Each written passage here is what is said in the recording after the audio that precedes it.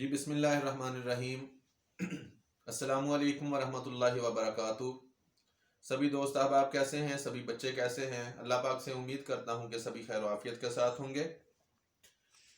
یہ آج کا ہمارا جو ٹاپک ہے، یہ B A B S C B com والے جو اسٹوڈنٹس ہیں، بی ایس والے جو اسٹوڈنٹس ہیں، پاک اسٹڈی کے students, specially Aspire college of Gojra, اور عموماً خواہ وہ کسی بھی کالج سے ریلیٹڈ ہوں بچے، وہ میرے چینل کو سبسکرائب کریں، مجھے فالو کریں۔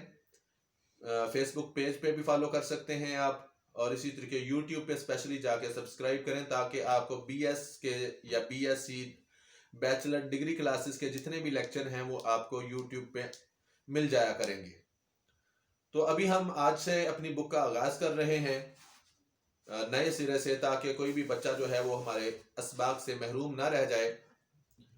تو سب سے پہلے بسم اللہ کریں گے۔ بسم اللہ الرحمن الرحیم۔ ربی یسر ولا تعسر وتمم بالخیر وبک نستعین۔ اللہم صلی علی سیدنا و مولانا محمد وعلی آل سیدنا و مولانا محمد وبارک وسلم صلی اللہ علیہ وآلہ وسلم۔ بسم اللہ شریف کیوں پڑھی؟ اللہ کے نبی علیہ السلام کا فرمان عالی شان ہے کہ ہر وہ کام جس کے شروع میں بسم اللہ شریف نہ پڑھی جائے وہ نامکمل اور ادھورا رہ جاتا ہے۔ اگر آپ لوگ چاہتے ہیں کہ آپ کا ہر کام مکمل ہو، ادھورا نہ رہے، تو اپنے ہر اچھے کام کے شروع میں بسم اللہ شریف پڑھ لیا کرو۔ اس کے بعد ہم نے درود پاک پڑھا، ایک دعا پڑھی۔ دعا کیا ہے؟ ربی یسر، اے میرے رب میرے لیے آسانیاں پیدا فرما، ولا تعسر، نہ کہ مشکلات پیدا فرما، وتمم بالخیر، اور اسے خیریت کے ساتھ مکمل فرما، وبک نستعین، اور یہ سب کچھ تیری مدد کے ساتھ ممکن ہوگا۔ پھر ہم نے درود پاک پڑھا، اس لیے کہ سیدنا عمر فاروق رضی اللہ تعالیٰ عنہ کا فرمان ہے کہ اگر چاہتے ہو کہ تمہاری دعا جلدی قبول ہو جائے، آسمانوں اور زمین کے درمیان میں لٹکی نہ رہے، تو اپنی دعا سے پہلے بھی مصطفیٰ پہ درود پڑھ لیا کرو، لاسٹ پہ بھی پڑھ لیا کرو، تو اللہ پاک تمہاری دعا کو جلدی قبول فرما لے گا۔ تو جی بچوں، آپ ریڈی ہیں؟ Be S C B com bachelor کے سبھی بچے جو ہیں، تو آج سے ہمارا جو پہلا چیپٹر ہے پاکستان اسٹڈی کا، بیچلر کی کلاسز کا، اس میں تاریخی پس منظر ہے۔ چیپٹر کا نام کیا ہے؟ تاریخی پس منظر۔ اس میں سب سے پہلے برصغیر میں اسلام کی آمد۔ برصغیر میں اسلام کی آمد میں سب سے زیادہ جن لوگوں نے، صوفیاء کرام نے، ولیوں نے اپنا کردار ادا کیا، ان میں آج سب سے پہلے ہم جن کو ڈسکس کریں گے، ان میں حضرت مجدد الفسانی رحمت اللہ تعالی علیہ، جن کو شیخ احمد سرہندی بھی کہتے ہیں، اور ان کا اصل نام جو ہے شیخ احمد سرہندی ہے۔ بہت سے لوگ صرف مجدد الفسانی کے نام سے تو جانتے ہیں، لیکن جب اصل نام پوچھا جائے تو وہ اصل نام نہیں بتا پاتے۔ تو ان کا اصل نام شیخ احمد سرہندی ہے، یہ یاد رکھیے گا۔ تو آپ 1564 میں آپ کی پیدائش ہے، 1564 میں، اور 1624 میں آپ کی وفات ہے۔ سب سے پہلے آپ کی پیدائش کے بارے انٹروڈکشن دینا چاہوں گا کہ آپ کی پیدائش کب اور کہاں ہوئی۔ آپ سب سے پہلے ہیڈنگ جو ہے وہ لکھیں گے پیدائش۔ حضرت مجدد الفسانی 26 جون 1564 کو پنجاب کے دارالخلافہ سرہند میں پیدا ہوئے۔ آپ کا اسم مبارک احمد تھا، اور جو آپ کا لقب تھا وہ بدر الدین تھا۔ آپ کے والد محترم کا نام مخدوم عبد الواحد تھا۔ آپ کا سلسلہ نسب حضرت عمر فاروق رضی اللہ تعالیٰ عنہ سے جا ملتا ہے۔ یہ آپ کی پیدائش ہے۔ اس کے بعد آپ کی تعلیم کے بارے ہے کہ آپ نے ایجوکیشن جو تھی وہ کہاں سے حاصل کی۔ حضرت مجدد الفسانی رحمت اللہ تعالیٰ علیہ نے قرآن اور حدیث کی بنیادی جو تعلیم ہے، جو ابتدائی تعلیم ہے، آپ نے سیالکوٹ اور سرہند سے حاصل کی، اور اس کے بعد آپ نے تفسیر کے اندر بھی باقاعدہ عبور حاصل کر لیا۔ 1599 میں آپ نے مجدد الفسانی نے حضرت خواجہ باقی باللہ سرکار رحمت اللہ تعالیٰ علیہ کے ہاتھ پر بیعت کی اور سلسلہ نقش بندیہ میں شامل ہو گئے، ان کے مرید بن گئے۔ کن کے؟ حضرت خواجہ باقی باللہ سرکار کے۔ یہ ہوگی آپ کی تعلیم۔ اس کے بعد آپ کی خدمات کے بارے آئیں گے۔ آپ کی جو ہیڈنگ ہوگی نمبر 3، خدمات۔ حضرت مجدد الفسانی کو دوسرے 1000 سال کا مجدد کہا جاتا ہے۔ مجدد کہتے ہیں ہر 1000 سال کے بعد اللہ پاک ایک مجدد پیدا کرتا ہے جو دین کو نئے سرے سے زندہ کر دیتا ہے اور نئے سرے سے روشن کر دیتا ہے موجودہ حالات اور عوام کے مطابق.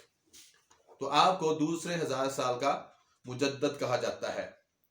پہلے 1000 سال کا مجدد حضرت عمر بن عبد العزیز کو کہا جاتا ہے، اور اس کے بعد دوسرے 1000ویں سال کا جو مجدد ہے وہ آپ کو کہا جاتا ہے.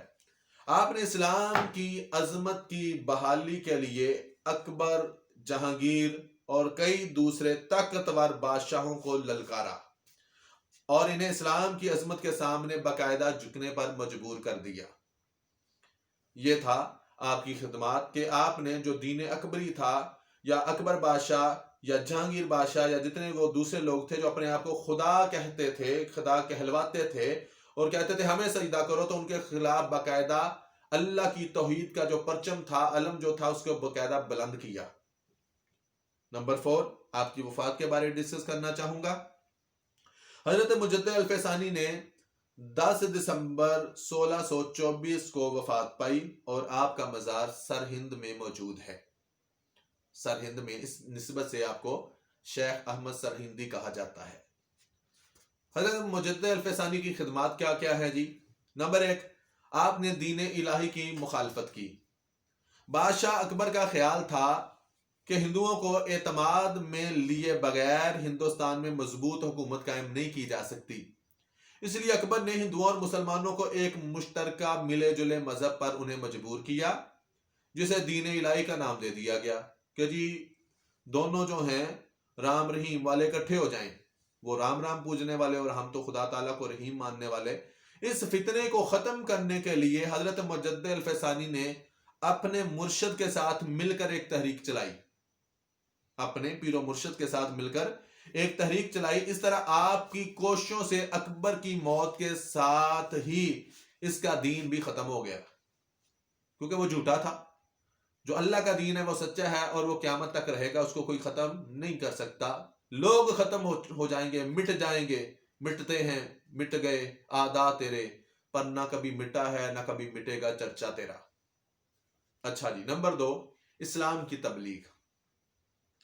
حضرت مجدد الفیسانی رحمۃ اللہ تعالی علیہ نے برصغیر میں اسلام کی تبلیغ کو تیز کیا، کیونکہ اس سے پہلے متحدہ قومیت کے تصور کی وجہ سے اسلام کی جو اصل شکل تھی اس کو بگاڑنے کی کوشش کی جا رہی تھی. حضرت مجدد الفیسانی نے اسلام کا دفاع کیا اور جتنے بھی اسلام کے دشمن تھے ان کو فتنوں سے بھی روکا، اور ان کے جو کہہ لیں کہ اپنی زور سے، اپنے بازو سے، اپنے تلوار سے روکنا پڑا. جس انداز سے بھی ان فتنوں کو ختم کرنا پڑا تو باقاعدہ آپ نے ان فتنوں کو ختم کیا.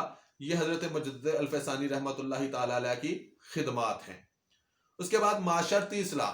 آپ نے لوگوں کو جو معاشرہ تھا اس کی بھی اصلاح کرنا ضروری سمجھی، ان کی اصلاح کا بھی آپ نے بیڑا اٹھایا. برصغیر میں نو مسلم جو لوگ تھے، نئے نئے مسلمان ہونے والے، اسلام قبول کرنے کے بعد بھی ہندو رسومات کو نہیں چھوڑتے تھے، یعنی کہ وہ مسلمان بھی ہو گئے اور پھر بھی جو ہندو رسومات ہیں ان کو بھی نہیں چھوڑتے تھے. ہندو مذہبی جو قومی تہوار آتے، جو ذات پات کا نظام تھا، حضرت مجدد الفیسانی رحمۃ اللہ تعالی علیہ نے غیر اسلامی رسومات کی مخالفت کی اور مسلم معاشرہ کی اصلاح کا بیڑا کامیابی سے اٹھایا. آپ نے کہا بھی جب مسلمان ہو گئے ہو، اب یہ ساری چیزیں حرام ہیں تمہارے لیے، ناجائز ہیں، آپ ان چیزوں کو نہیں کر سکتے، لہذا ان سے ان چیزوں کو آپ نے باقاعدہ رکوایا. صرف یہی نہیں بلکہ اس کے بعد آپ نے ایک بھکتی تحریک تھی، بھکتی تحریک. اسلام کی مقبولیت کو ختم کرنے کے لیے کئی ہندو تحریکیں جو تھیں وہ شروع کی گئیں. ہندوؤں نے زور لگایا اڑی چوٹی کا کہ کسی طریقے سے اسلام کو ختم کیا جائے.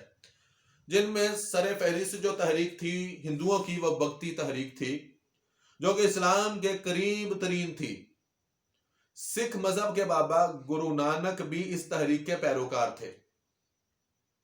جو گرو نانک ہے نا، یہ بھی اس تحریک کے بھکتی تحریک کے ماننے والے تھے، پیروکاروں میں سے تھے. اس کا قلعہ کما حضرت مجدد الفیسانی رحمۃ اللہ تعالی علیہ نے کیا کہ وہ جو گول مٹول سے باتیں کرتے تھے، نہ ادھر کی کھل کے کی نہ ادھر کی کھل کے کی، تو آپ نے باقاعدہ اس کا بھی جو قلعہ تھا اس کو کما کیا اور اس چیز کو بھی آپ نے اس فتنے کو بھی ختم کیا. یہ کریڈٹ بھی اگر جاتا ہے تو حضرت سیدنا مجدد الفیسانی رحمۃ اللہ تعالی علیہ کو جاتا ہے. یہاں تک ہمارا ایک پارٹ جو ہے وہ مکمل ہوا حضرت مجدد الفیسانی رحمۃ اللہ تعالی علیہ کا. ابھی ہم دوسرے کلپ میں حضرت مجدد الفیسانی رحمۃ اللہ تعالی علیہ کا جو باقی ہمارا ٹاپک رہتا ہے اس کو ڈسکس کریں گے تاکہ آپ کے لیے بھی آسانی ہو سکے اور ہمارے کلپ کو اپلوڈ کرنے میں بھی آسانی ہو سکے. تو یہاں تک بات سمجھیں. اگر کوئی سوال ہے تو پوچھیں. انشاءاللہ اگلے کلپ میں اسی کا بقیہ حصہ آپ کو بھی مل جائے گا.